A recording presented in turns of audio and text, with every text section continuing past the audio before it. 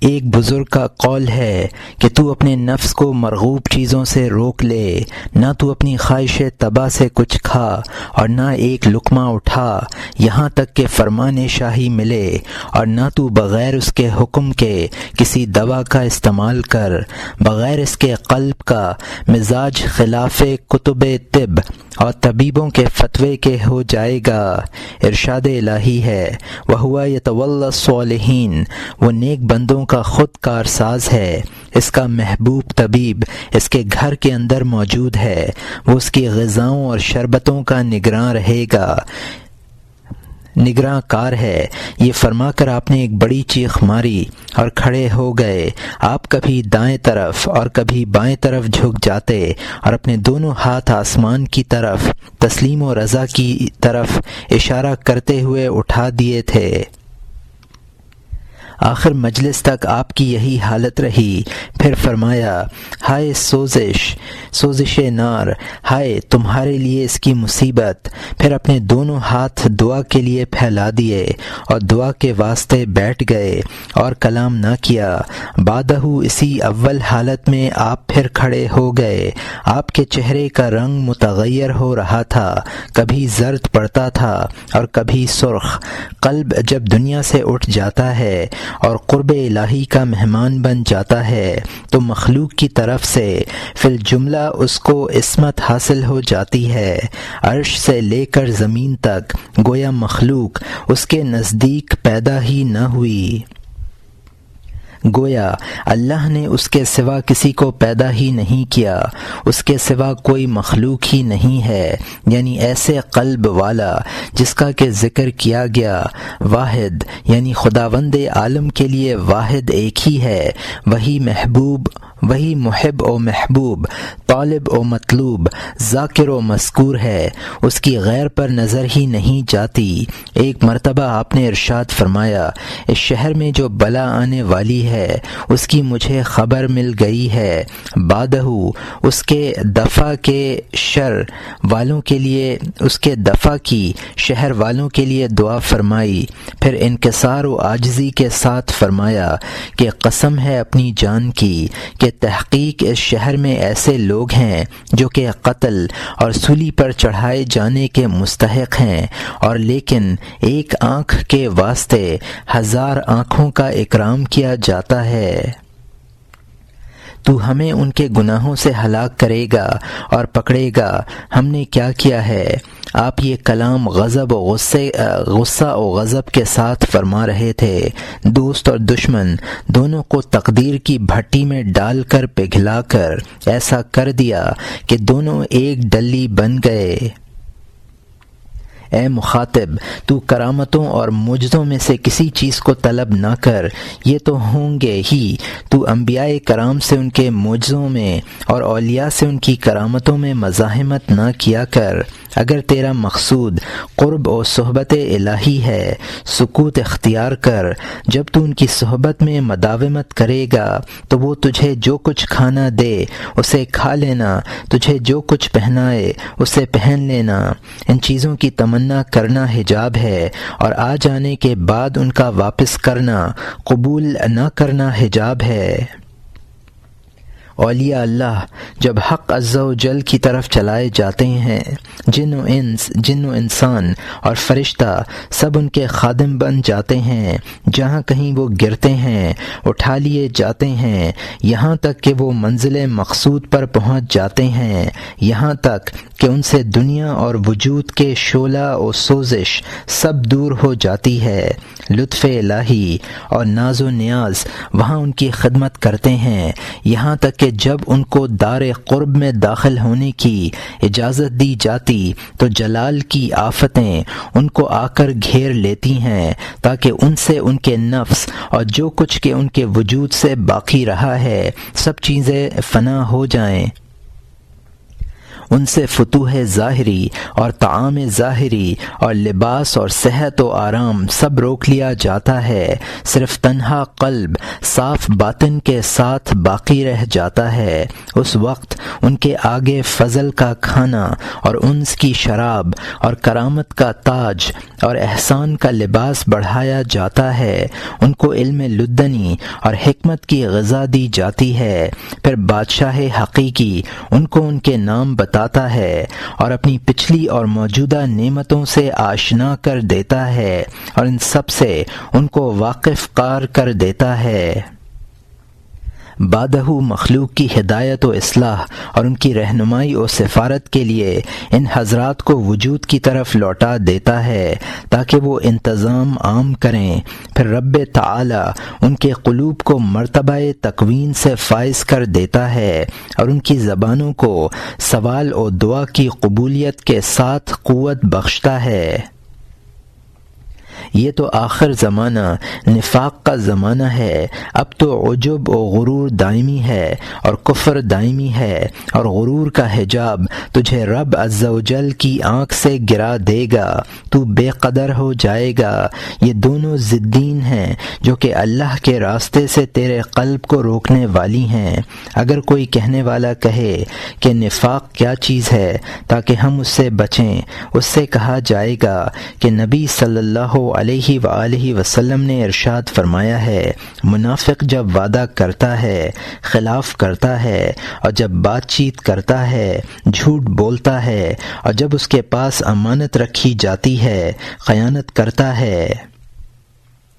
ایمان والا جب تک کہ اپنی جائز سکونت کو معلوم نہیں کر لیتا ہے اور اپنے اس لقب کو جو کہ عالم ملکوت میں ہے نہیں سن لیتا ہے، نہ اس کو لباس اچھا معلوم ہوتا ہے، نہ نکاح، نہ کسی طرح کی خوشی، نہ اس کو امن ہوتی ہے اور نہ قرار، یہاں تک کہ وہ اپنے سابقہ تقدیر کو اور اپنے نام کو خلوت میں سن لیتا ہے، وہ تقدیر اور فرشتوں پر اعتماد کر کے میدانوں اور جنگلوں میں سو جاتا ہے، وہ اپنی حالت کو دیکھ لیتا ہے اور اپنے لقب کو سن لیتا ہے۔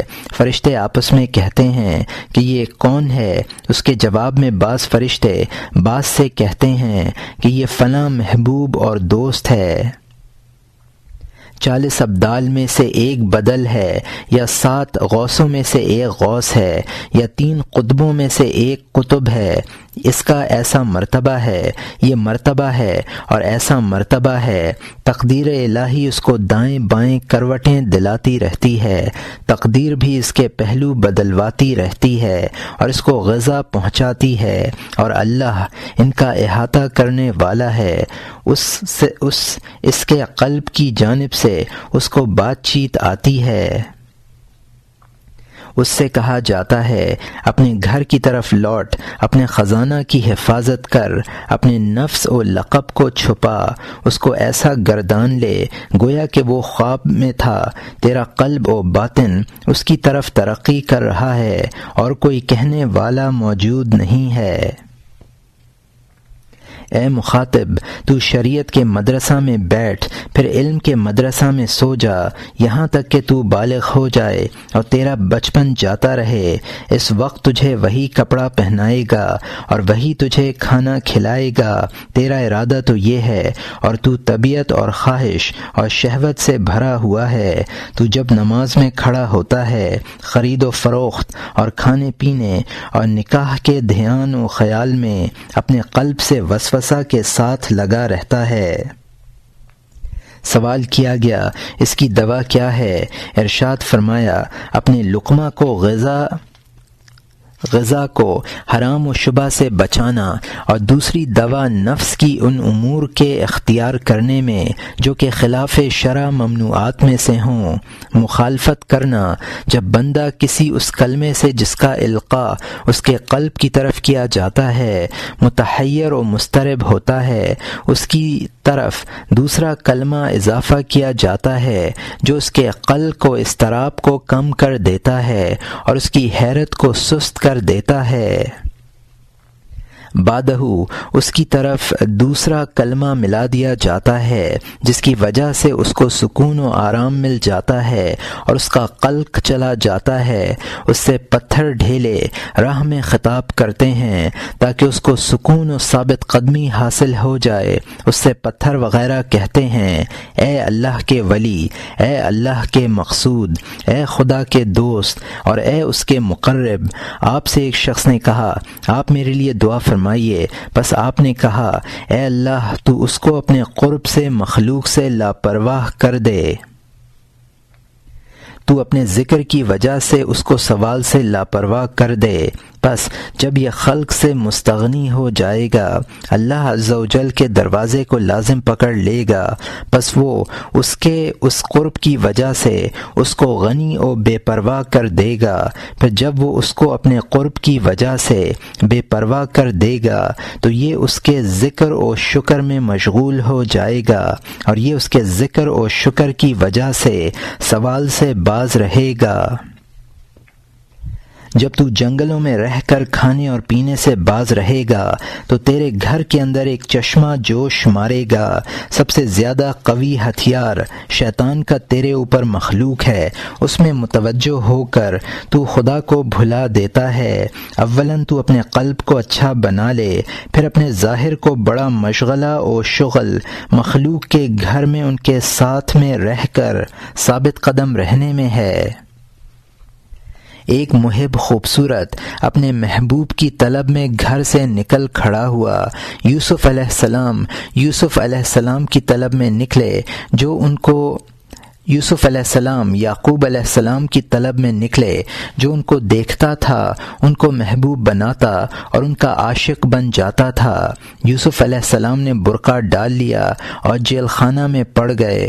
ان کا مقصود یعقوب علیہ السلام تھے نہ کہ دوسرے، پس کاش وہ تعلقات جو میرے اور تیرے درمیان ہیں آباد و برقرار ہیں، اور میرے اور تمام عالم کے درمیان میں جو تعلقات ہیں وہ خراب و برباد ہو جائیں۔ حق کا منادی آ گیا ہے، ندا کرتا ہے کہ تم مخلوق کی بنیاد کو قطع کر دو یہاں تک کہ نوشتہ تقدیر اپنی میعاد پر پہنچ جائے۔ تجھے کلام کرنا زیبا نہیں تا وقت یہ کہ پانی تیرے وجود کے مینڈک سے خوش نہ ہو جائے، اور جب تک کہ تو کسی کنویں کو عبادت کے لیے خالی نہ کر لے۔ تیرا باطن خدا کی حضوری میں اس کی قدرت کی کشتی میں ہے، تو اس کو دریا کے علم میں بسم اللہ مجریہا و مرساہا، یعنی اس کا چلنا اور ٹھہرنا خدا کے نام کے ساتھ ہے، کی تلقین کر۔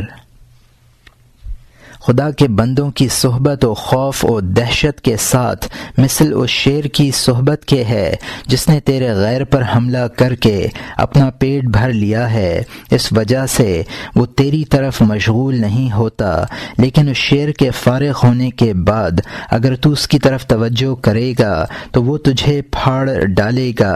ایسی ہی حالت صدیق کی مصاحبت کی ہے، کیونکہ وہ شاہی مصاحبت میں اسی حالت میں رہتے ہیں کہ اس کو قرب الہی کی وجہ سے غیر کی طرف توجہ نہیں ہوتی ہے۔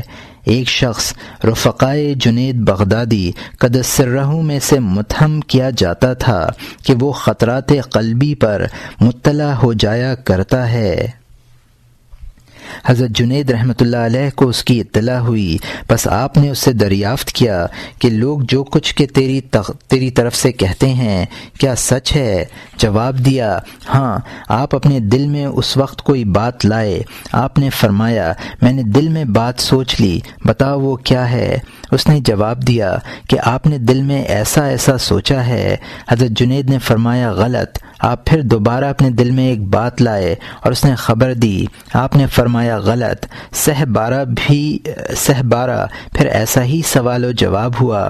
بعدہ اس نے کہا اے شیخ، جو کچھ کہ میں نے کہا اور میرے پاس ہے سب سچ ہے۔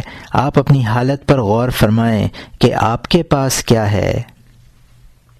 ارشاد فرمایا تو تمام باتوں میں سچا ہے، میرا ارادہ مقصود تیری صفائے قلبی اور اس کی ثابت قدمی کے جانچنے کا تھا کہ تو پلٹ تو نہ جائے گا۔ اولیاء اللہ کے قلوب ارادہ الہی کے راستے اس کے علم کے خزانہ ہیں، اس کے اسرار کے سینے تقدیر کے میدان میں تقدیر کے مخزن ہیں۔ جب کبھی بھی ان اولیاء کے اسرار دار قدرت کی زمینوں میں دورہ کرتے ہیں، وہ علوم و اسرار الہیہ کو حاصل کرتے رہتے ہیں۔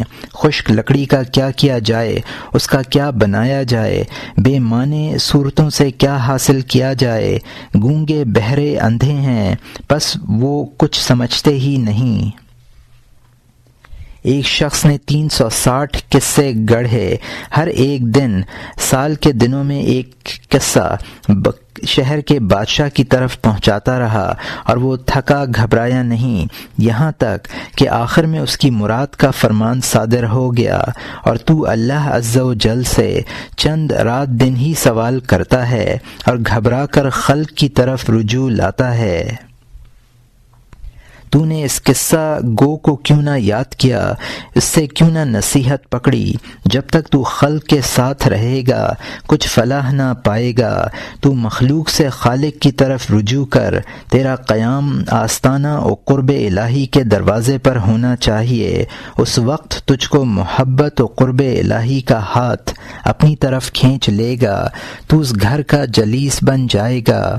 بعدہ جب تو وہاں کے آرام و مکانات کا ملاحظہ کرے گا، تیرے لیے ہر طرف سے بسط و کشادگی حاصل ہوگی، تیرا بازو قوی ہو جائے گا، تو اس مکان کی بلندیوں کی طرف پرواز کرنے لگے گا، وہ بلندیاں تیرے لیے برج بن جائیں گی۔ اگر تو گرے گا بھی تو اس گھر کے صحن میں گرے گا اور صاحب خانہ کے ہی روبرو پلٹے کھائے گا۔ تو پکارنے والا اور تو مستجاب الدعوات بن جائے گا۔ اگر تو مخلوق کو نفع پہنچانا چاہتا ہے بس ایسا کر گزر اور محض فضول بکواس نہ کر۔ آپ کا مقصود اس کلام سے وہ واعظ تھے جو دوسرے لوگوں پر تہمت دھرتے تھے اور خود پر غور کرنے والے نہ تھے۔ نماز خدا کے ساتھ غیر اللہ سے جدا ہو کر مل جانا ہے۔ ایک جسم دو مکانوں میں متجزی نہیں ہو سکتا ہے۔ خلق سے جدا ہو جانا اور حق عز و جل سے مل جانا یہ اہل اللہ کی نماز ہے، لیکن عابدوں کی نماز یہ ہے کہ وہ جنت کو قلب کی داہنی طرف اور دوزخ کو اس کے بائیں طرف اور پل صراط کو اپنے روبرو رکھتے ہیں اور رب تعالی کو اپنے اوپر خبردار جانتے ہیں۔ اور لیکن عاشقوں کی نماز پس وہ خلق سے جدا ہو جانا اور مولا تعالی سے متصل ہو جانا ہے۔ نفس کی سچی طلب سے کھانا مانگنے کی پہچان یہ ہے کہ تیرے باطن سے مرغ کے بچوں کے چیخنے کی سی آواز آنے لگے اور تو اسے سنے۔ اس وقت تو نفس کی طرف اس قدر غذا پہنچا کہ جس سے وہ اپنی پیٹھ کو قائم رکھ سکے۔ ارشاد الہی ہے، پس اللہ تعالی نے نفس کو اس کے فجور اور تقوی کا الہام کر دیا ہے، وہی ہنساتا ہے اور وہی رلاتا ہے۔ ان دونوں آیتوں پر بغیر اس کے کہ تیرا قلب بادشاہ کے حضور میں داخل ہو عمل نہ کر، بعد دخول حال کھل جائے گا، بعد دخول فعل و الہام آنے لگے گا، اور قبل دخول کے واردات قلبی میں تفریق کی جائے گی، کیونکہ الہام چند قسم پر ہے، الہام شیطانی اور الہام طبعی اور الہام نفسانی اور الہام ملکی۔ جب تو یہ چاہے کہ تو کسی کی فی سبیل اللہ مصاحبت کرے، بس تو ہمتوں کے سکون اور آنکھوں کے سو جانے کے وقت یعنی نصف شب کے بعد کامل طور پر وضو کر، پھر نماز کی طرف متوجہ ہو۔ نماز کا دروازہ تیری طہارت سے اور رب تعالی کا دروازہ تیری نماز سے کھلے گا۔ بعد فراغت از نماز تو اللہ سے سوال کر کہ میں کس کی صحبت اختیار کروں، رہبر کون کون ہے؟ تجھ سے خبردار کرنے والا کون ہے؟ فرد کون ہے؟ خلیفہ و نائب کون ہے؟ اللہ تعالی کریم ہے، وہ تیرے ظن کو نامراد نہ رکھے گا، بلا شک وہ تیرے قلب کو الہام فرمائے گا، تیرے باطن کی طرف وحی بھیجے گا، وہ تیرے مقصد کو تیرے لیے ظاہر کر دے گا، وہ دروازوں کو کھول دے گا، وہ تیرے لیے راستہ کو روشن کر دے گا، جس نے طلب کی اور کوشش کی مراد پالی۔ خود ارشاد فرمایا ہے، جو ہمارے راستے میں مجاہدہ کرتے ہیں ہم البتہ ان کو اپنے راستے بتا دیتے ہیں، خرابی تجھ میں ہے نہ کہ اس کے کلام میں۔ پس جب تمام جہتیں تیرے قلب کے نزدیک متحد ہو جائیں اور امر ایک معین شخص پر غلبہ پالے، پھر تیرا اس کی مصاحبت میں رہنا ایسا ہونا چاہیے جیسے درندوں اور سانپوں کی صحبت میں رہنا، تو نہ اس کی فقیری کی طرف نظر آنا اور نہ اس کی خرابی نفس پر اور نہ اس کی حالت کے اختلال پر اور نہ بے سامانی اور کمی عبادت کی طرف، کیونکہ حقیقت مقصودہ اس کے باطن میں مخفی ہوگی نہ کہ اس کے ظاہر میں۔ تو نہ اس کے جسم و چہرہ پر نظر ڈال، تو کسی حال میں اس سے ابتدائے کلام نہ کر، نہ کسی حال کو اس پر ظاہر۔ رب تعالی کی طرف سے اس کے فائدے کا منتظر رہ، وہ لکھنے والا ہے اور حکم غیر کا ہی ہے، وہ قاصد ہے، وہ اشارہ کرنے والا ہے اور طبق اس کے غیر کا ہے، وہ محض تعبیر کرنے والا ہے اور عبارت اس کے غیر کی ہے، وہ جو کچھ اللہ اس کی زبان و ہاتھ پر نکلوائے تو اسے قبول کرتا رہ، تو اس کی نظر سے تجاوز نہ کر، ہمیشہ اس کے مقرر کردہ حد سے آگے نہ بڑھ، اس کے روبرو تو ہمیشہ سر جھکائے، خوف و دہشت کی حالت میں ٹھہرا رہ، تو اس کو اس کے کسی حال اور قول و فعل میں تہمت نہ لگا، تو اس کو ہر ذی عقل پر فضیلت دیتا رہ، اس حالت میں وہ تجھے اپنے پاس رب تعالی تک پہنچا دے گا، نہ کہ غیر اللہ کی طرف۔ وہ میوہ کھانے والا ہے، تو اسے کھانا نہ کھلا، وہ خود کلام کرنے والا ہے، تو اس کو جواب نہ سکھا۔ ہماری طبیعتیں مثل چوپایوں کی طبیعتوں کے ہیں، لیکن عقل کھوٹے کھرے میں تمیز دیتی رہتی ہے، جس سے انسان و چوپایوں میں فرق معلوم ہوتا ہے۔ شریعت و علم، قرب و معرفت اور اطاعت الہی دونوں میں تمیز دیتے رہتے ہیں اور ہر ایک کو جدا جدا کرتے رہتے ہیں۔ جڑ ایک ہی ہے۔ علم پر عمل کرنے والے جب علم پر عمل کرتے ہیں اور وہ کسی مردہ پر گزرتے ہیں تو وہ اس کو زندہ کر دیتے ہیں، یا کسی گناہ گار پر گزرتے ہیں تو وہ اس کو ذاکر بنا دیتے ہیں، اس کے گھر میں غیروں کے لیے طبق آیا کرتے ہیں۔ عارف باللہ خراج کے حاصل کرنے میں کوشش کرتے رہتے ہیں، پس جب وہ اس کو حاصل کر لیتا ہے بادشاہ کی طرف سپرد کر دیتا ہے، اس کے پاس کشکول ہوتی ہے، مخلوق سے لے کر اس میں بھرتا جاتا ہے، اس کا لینا اپنے لیے نہیں ہوتا ہے۔ جب اللہ تعالیٰ تیری بہتری چاہتا ہے وہ تجھے نفس کے عیبوں پر خبردار کر دیتا ہے اور ان کو تجھے پہنچوا دیتا ہے۔ تمام عالم جاہل ہیں اور تمام جاہل دھوکے باز تمہارے زاہد دنیا پر حریص ہیں۔ تو دین کے بدلے دنیا نہ کما، دین سے تو آخرت حاصل کی جاتی ہے۔ آپ نے ارشاد الہی ادعوا ربکم تضرعا وخفیۃ انہ لا يحب المعتدین، یعنی تم اپنے رب کو عاجزی سے اور پوشیدہ طور پر پکارو، تحقیق وہ حد سے بڑھنے والوں کو دوست نہیں رکھتا ہے۔ اس کے ظاہر پر عمل کر کے تفسیر فرمائی کہ تحقیق حد سے تجاوز کرنے والا، غیر اللہ سے تجاوز کرنے والا اور خدا کے سوا دوسروں سے مانگنے والا ہے۔ حضرت عبداللہ ابن مسعود رضی اللہ عنہ اپنے رفقا سے فرمایا کرتے تھے، تم میرے قلب کی روشنی ہو۔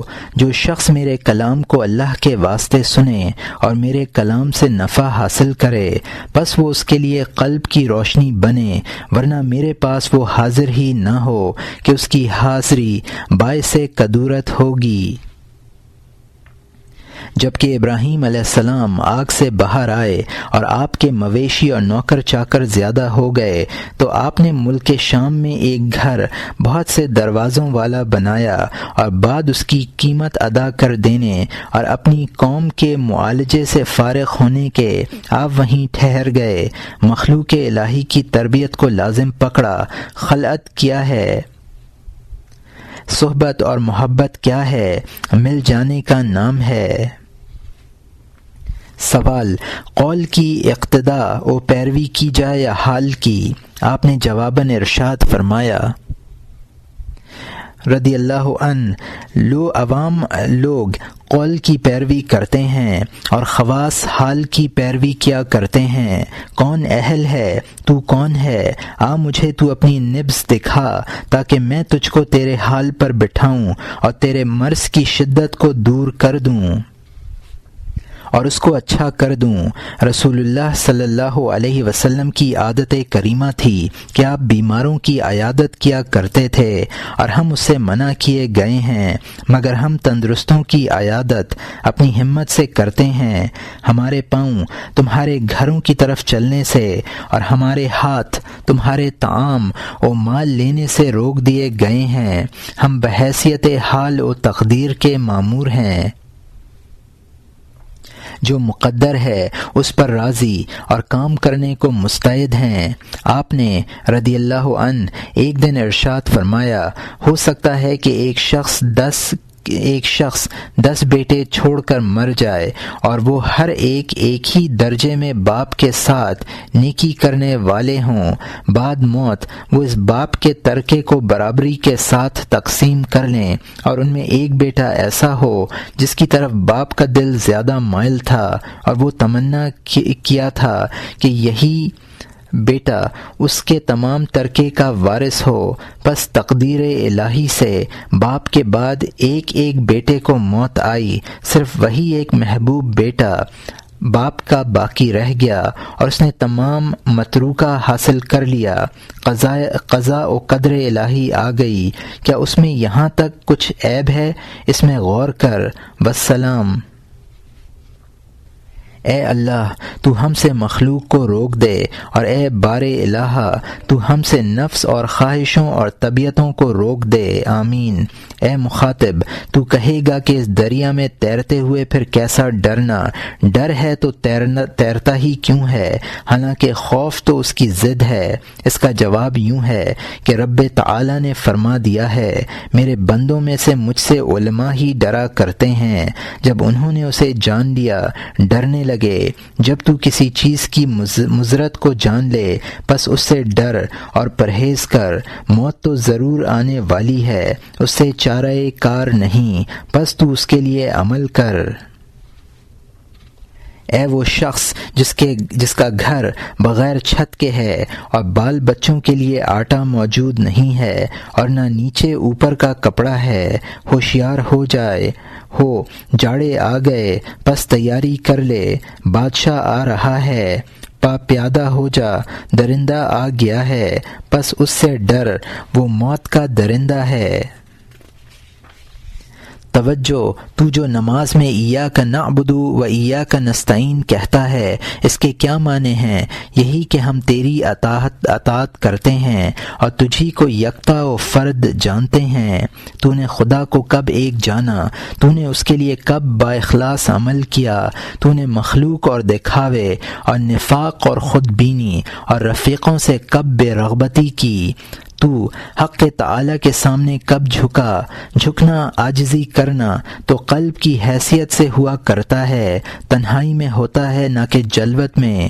جب شہوت نفس رویت الہی کے ساتھ جمع ہو جاتی ہے تو بندہ رویت الہی سے حیا کر کے اپنی شہوت نفسی کو چھوڑ دیتا ہے۔ تو یعقوب علیہ السلام کو اپنی انگلیاں کاٹتے ہوئے جیسا کہ یوسف علیہ السلام نے دیکھا تھا اپنی خلوت میں بحالت شدت شہوت کب دیکھے گا؟ تو اپنی پاک دامنی پر کب نظر ڈالے گا؟ پاک دامنی غیرت الہی سے ہے۔ جب یوسف علیہ السلام اس عورت زلیخا کے ساتھ جمع ہو گئے اور زلیخا نے دست درازی کی، غیرت الہی آ گئی، یوسف علیہ السلام پیٹھ پھیر کر بھاگے۔ خداوند تعالی نے خود فرمایا ہے یہ اس لیے تھا تاکہ ہم یوسف علیہ السلام سے برائی و بے شرمی کو پھیر دیں، کیونکہ وہ ہمارے نیک بندوں میں سے تھا۔ اے مخاطب، تیری حالت مثل یوسف علیہ السلام کے کب بدلے گی؟ یوسف علیہ السلام نے جب کہ بتکلف اللہ کے گھر میں پاک دامنی کو اختیار کیا، اپنے رب کے حکم کی قید خانے میں موافقت کی، اللہ تعالی نے ان کو خلوت میں پاک دامنی عطا فرمائی۔ اے بندگان خدا، تم بھی ایسے ہی ہو جاؤ۔ اے مریدو، تم اللہ تعالی سے یوسف علیہ السلام جیسی جو کہ صدیق تھے حالت طلب کرو۔ توکل سببوں کا قطع کر دینا ہے اور سب کا چھوڑ دینا۔ قلب جب کہ پلٹتا ہے فرشتہ بن جاتا ہے، جیسے فرشتہ سنتا ہے ویسے ہی یہ سننے لگتا ہے، جیسے کہ فرشتہ پہچانتا ہے ویسے ہی اس کی پہچان ہو جاتی ہے۔ بعدہ ترقی کر کے فرشتوں کا بادشاہ بن جاتا ہے۔ آپ نے رضی اللہ تعالی عنہ موسیٰ علیہ السلام کے سیر کے قصے میں فرمایا، واقعی سیر باطن کا سیر ہے۔ جبکہ آپ نے جانب طور سے آگ کو دیکھا تھا، اپنے اہل کو چھوڑ کے اس کی طرف بڑھتے تھے، آپ نے کیا دیکھا تھا؟ سر کی آنکھ سے آگ کو اور قلب کی آنکھ سے نور کو دیکھا تھا۔ سر کی آنکھ نے مخلوق کو اور قلب کی آنکھ نے حق کو دیکھا تھا۔ اپنے اہل سے فرمایا، تم ٹھہرو، میں نے آگ کو دیکھا ہے۔ اس آگ نے ان کے قلب کو کھینچ لیا اور زہد کی وجہ سے ان کو بیوی سے بے رغبت کر دیا۔ بلند ندائیں آ گئی ہیں، تقدیر کے آنکڑے آ گئے ہیں، جنہوں نے اولیاء اللہ سے ان کے اہل و عیال کو چھین لیا ہے۔ اے حکم ثابت و برقرار رہ، اے علم اللہ کا نام لے کے آگے بڑھ، اے نفس ثابت قدمی اختیار کر، اے قلب اور اے باطن تم دعوت الہی کو قبول کرو۔ ہائے اس شخص کی بدنصیبی جو اس کا ادراک نہ کر سکے اور وہ اس کو پسند نہ کرے اور اس کی تصدیق نہ کرے۔ ہائے اس کی بدنصیبی، ہائے اس کا حجاب، ہائے اس کا عذاب۔ موسیٰ علیہ السلام نے اپنی اہلیہ سے کہا، تم ٹھہر جاؤ، شاید میں تمہارے لیے اس سے کچھ خبر لاؤں۔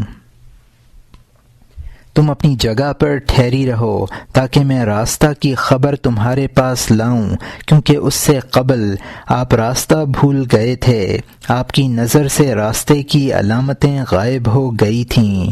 حضرت غوث اعظم رضی اللہ عنہ کے پاس نقیب النقبہ ابن عتقہ حاضر ہوئے اور اس سے پہلے وہ حاضر نہ ہوئے تھے۔ آپ نے ان کی طرف اشارہ کر کے فرمایا، کاش کہ تم پیدا ہی نہ کیے جاتے، اور جب پیدا کیے گئے تھے تو اپنی پیدائش کی غایت کو جان لیتے۔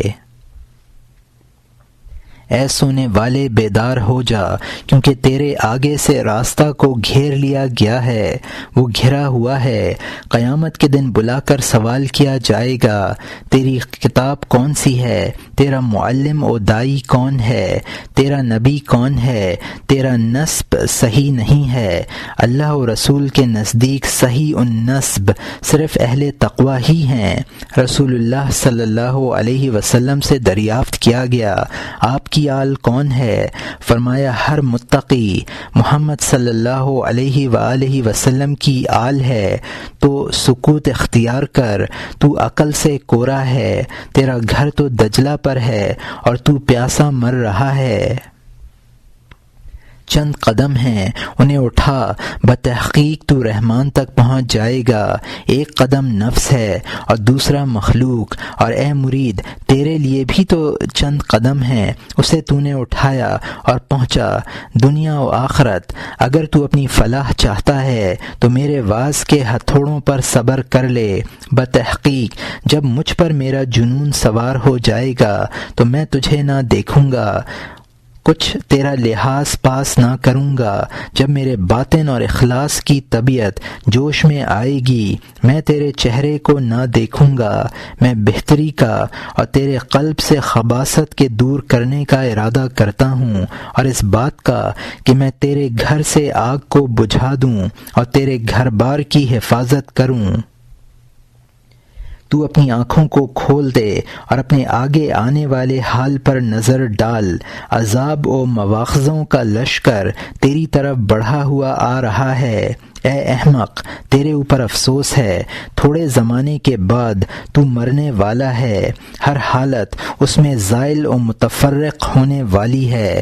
یہ اپنی اولاد اور گھر اور جورو سے جدا ہو جائے گا، اور مٹی اور قبر اور ملائکہ عذاب یا ملائکہ رحمت سے رفاقت کرنا پڑے گی۔ اے کوچ کرنے والے، اے زائل ہونے والے، اے انتقال کرنے والے، اے سرتاپا عاریت، پاک ہے وہ ذات جس نے تم پر آگاہ کرنے والے عاملوں کو بھیج کر احسان فرمایا ہے، پس تم ان کی طرف متوجہ نہیں ہوتے۔ اے بدبخت، تو میرے پاس تمام سال یا پورے مہینہ یا سارے ہفتے میں ایک مرتبہ بھی نہیں آتا، جس میں تجھے نہ ایک ذرہ دینے کی ضرورت ہے اور نہ ایک دانہ دینے کی۔ تو بغیر کسی چیز کے دیے ہم سے ایک چیز لے لے، اور کل بغیر ذرہ دیے لاکھوں چیزیں، اور کل بغیر ذرہ دیے لاکھوں چیزیں لے لینا۔ میں تو تیرے بوجھ اٹھانے والا ہوں، تو اس سے ڈرتا ہے کہ میں تجھ کو اپنے بوجھ اٹھانے کی تکلیف دوں گا۔ میرے بوجھوں کے اٹھانے کے لیے اللہ عز و جل کافی ہے۔ تجھے مجھ سے ایک کلمہ سننے کے لیے 1000 برس کا سفر کرنا چاہیے تھا، بس اس حالت میں کہ میرے اور تیرے درمیان میں چند ہی قدم ہیں تو نہیں آتا۔ تیری کیا کیفیت ہے؟ تو کامل نادان اور ناسمجھ ہے۔ تیرے نزدیک یہ ہے کہ تجھے کچھ دے دیا گیا ہے، دنیا نے تجھ جیسے کو فربا کیا اور اس کو کھا گئی، اس کو جاہ اور کثرت مال سے فربا بنایا، پھر اسی کو کھا گئی۔ اگر دنیا میں ہم بہتری دیکھتے تو اس کی طرف ہم سے سبقت نہ لے جاتا۔ خبردار ہو جا کہ تمام امور اللہ کی طرف لوٹتے ہیں، ہم جن کاموں میں مشغول ہیں سب اسی کی طرف سے ہیں۔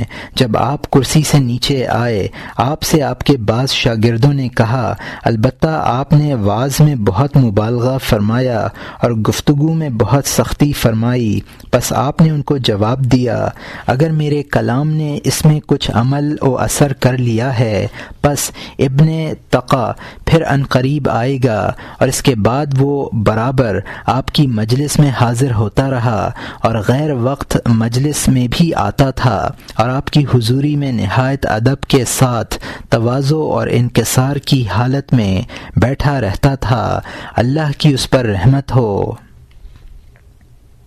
اے اللہ، میں صبر و عفو اور غنا کی طلب کرتا ہوں۔ جب تو مخلوق میں سے کسی کے سامنے اس چیز کے کرنے کے لیے جو کہ اس کے پاس ہے ٹھہرے گا، اللہ تعالیٰ تجھ پر غصہ فرمائے گا۔ جو کوئی امیر کے سامنے اس کی دولت مندی کی وجہ سے جھکے گا، اس کا 2/3 دین چلا جائے گا۔ تحقیق تو نے مخلوق سے طلب کرنے کی عادت ڈال لی ہے، گداگر بن گیا ہے، اور تو اسی حالت میں خدا سے ملے گا۔ میں نے ایک شخص کو محلہ رجبہ میں دیکھا کہ لوگوں سے بھیک مانگتا پھرتا تھا، حالانکہ اس نے اپنے دیبا کی جبہ کو 25 اشرفیوں میں فروخت کیا تھا۔ پس میں اس کے پیچھے ہو لیا۔ وہ ایک شخص کے پاس جو کہ ہریسہ کھا رہا تھا آ کر کھڑا ہو گیا، پھر تا وقت یہ کہ اس نے ہریسہ میں سے اس سائل کو ایک لقمہ نہ دے دیا وہیں کھڑا رہا۔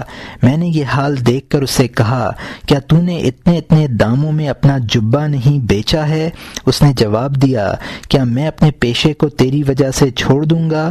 جو شخص انتہائی درجہ ولایت پر پہنچ جاتا ہے وہ قطب ہو جاتا ہے، تمام مخلوق کے بوجھوں کو اٹھا لیتا ہے، مگر اس کو ایمان بھی تمام مخلوق کی مقدار عطا فرمایا جاتا ہے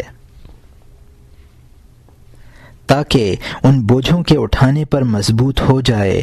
تو میری قمیص اور فرش کو نہ دیکھ، یہ لباس موت کے بعد کا ہے، یہ کفن ہے اور میت کو کفن عمدہ دیا جاتا ہے۔ یہ قمیص اور فرش مدتوں تک میرے صوف کے پہننے اور موٹا جھوٹا کھانے اور بھوکا رہنے کے بعد دیا گیا ہے۔ میرے پاس ایک مشغلہ ہے، میں تمہارے غیر کے ساتھ مشغول رہتا ہوں۔ اے بغداد کے رہنے والو، اے زمین و آسمان والو، تم عاقل بنو۔ خدا وہ چیزیں پیدا کرتا ہے جسے تم نہیں جانتے ہو۔ یہ مرتبہ محض آرائش اور بناوٹ و سنگھار سے نہیں ملا کرتا ہے، بلکہ یہ ظاہر ہے جس کی تصدیق باطن، اور باطن ہے جس کی تصدیق ظاہر کیا کرتا ہے۔ جب تک کہ تمام تیرے رب کے ایک نہ ہو جائیں، تو سب کو چھوڑ کر ایک کو نہ پکڑ لے، اور تمام تیری جہتیں ایک جہت نہ ہو جائیں، اور تیرا محبوب صرف ایک نہ ہو جائے، اور تیرا قلب متحد نہ ہو جائے، تیرا کلام معتبر نہیں، تیرے قلب میں قرب الہی کب خیمہ زن ہوگا، تیرا قلب مجذوب کب بنے گا، اور تیرا باطن مقرب کب بنے گا۔ تو رب تعالی سے جب ہی مل سکتا ہے جبکہ مخلوق سے جدا ہو جائے۔ رسول اللہ صلی اللہ علیہ وسلم کا ارشاد ہے، جو سب سے توڑ کر اللہ کی طرف رجوع کر لے گا تو اللہ تعالیٰ اس کی تمام ضروریات میں کفایت کرے گا، اور جو دنیا کا ہو جائے گا تو اللہ تعالیٰ اس کو دنیا کے سپرد کر دے گا۔ وہ جانے اور اس کو دنیا اللہ والے میں خر کے عادت ہونے لگتے ہیں، اللہ والے میں خر کے عادات ہونے لگتے ہیں۔ انسان وہ مرتبے جو کہ اللہ کے نزدیک ہیں جب ہی پاتا ہے جبکہ وہ سب سے انقطاع کر کے اس کی طرف قلب سے کلیتاً مائل ہو جائے۔ اللہ تعالیٰ نے خود ارشاد فرمایا، جو کوئی میرے غیر کے ارادے سے عمل کرتا ہے پس میں غنی تر شریکوں کا ہوں، یعنی میں کسی کا محتاج نہیں ہوں، تو وہ عمل میرے شریک کے لیے ہوتا ہے نہ کہ میرے لیے۔ مسلمان کے لیے اخلاص زمین ہے اور عمل اس کی دیواریں، پس دیواریں تو بدل سکتی ہیں اور لیکن زمین نہیں بدلتی ہے۔